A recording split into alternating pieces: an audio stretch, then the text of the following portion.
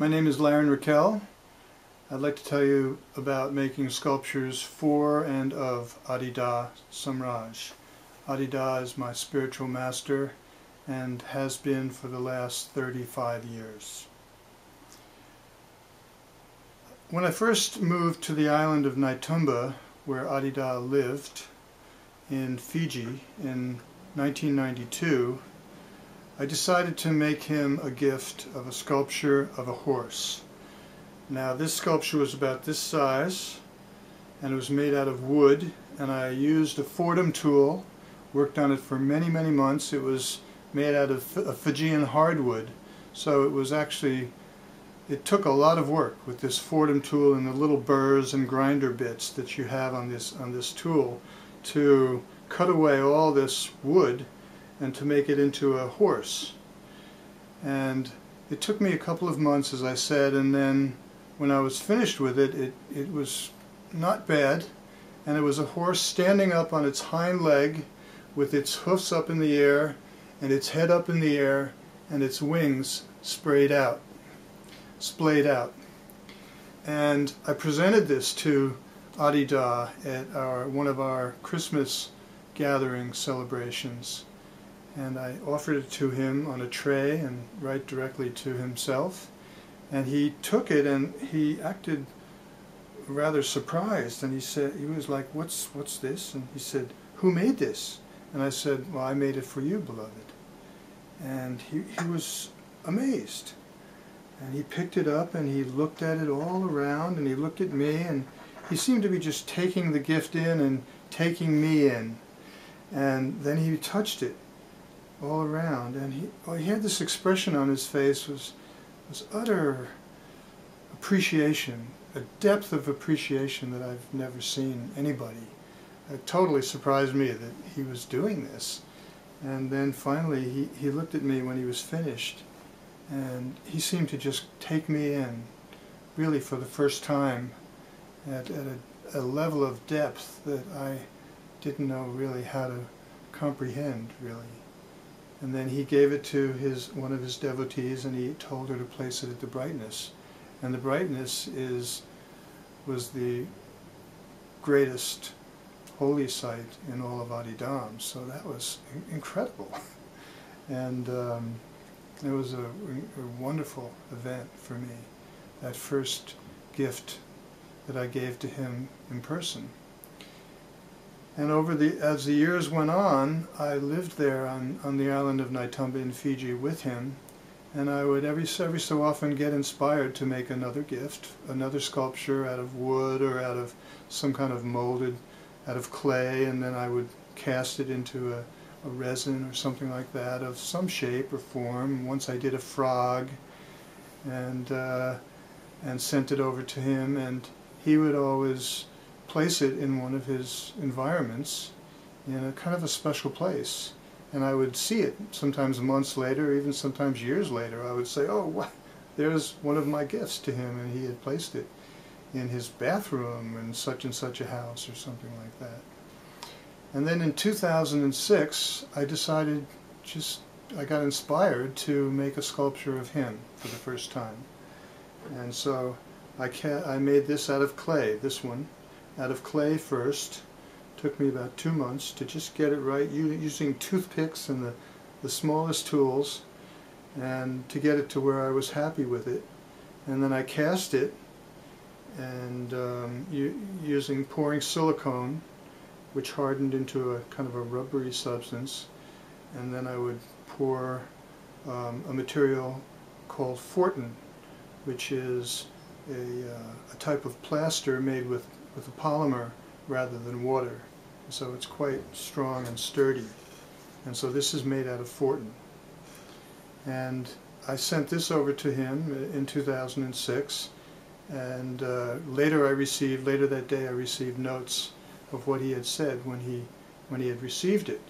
And he said that he felt like it was a good image of him, and his devotees could use these as murtis.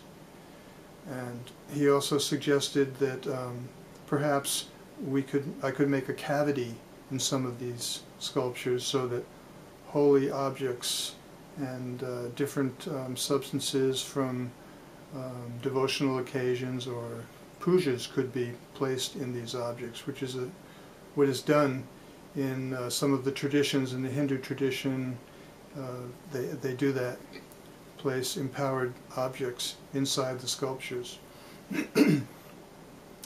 And then his final words on his receiving of this particular sculpture was, "So let's see what else he can do." So that was wonderful. And a couple of years later I decided to make a larger one of him. And so I began to make this one in 2008, and this is also made out of Fortin, originally made in clay and then cast in Fortin. And on these I did make a cavity inside them, and so empowered substances and objects can be placed inside. And unfortunately Adida passed before I had finished this one. Of course I wanted to send this over and present this to him, but he passed, and so I did send it over to the island of Naitumba, and this one is made, the version of this in bronze is now sitting at the Brightness Temple on the island of Naitumba. And then I'd like to show you the current one I'm working on. I've spent a lot of time on his face here, trying to get it just right, and the face still needs a lot of refinement, but I feel like it's very close to the finished product in terms of his expression. And mainly what I look for in these sculptures is to have his samadhi, his love bliss, evident. And that's the main focus really of the whole sculpture, is his love bliss. And what I'm finding, you can pan out now, what I'm finding with these sculptures is that you know, I have no technical training at all. I've just learned how to make these sculptures mainly because of being inspired by the beauty of his bodily human divine form, and wanting to recreate that for all time and for all mankind, so that people can see this, be witness to this incredible divine beauty, really. And so in some sense I feel like he's been my teacher. and it's has surprised me really how he kind of emerges through these sculptures with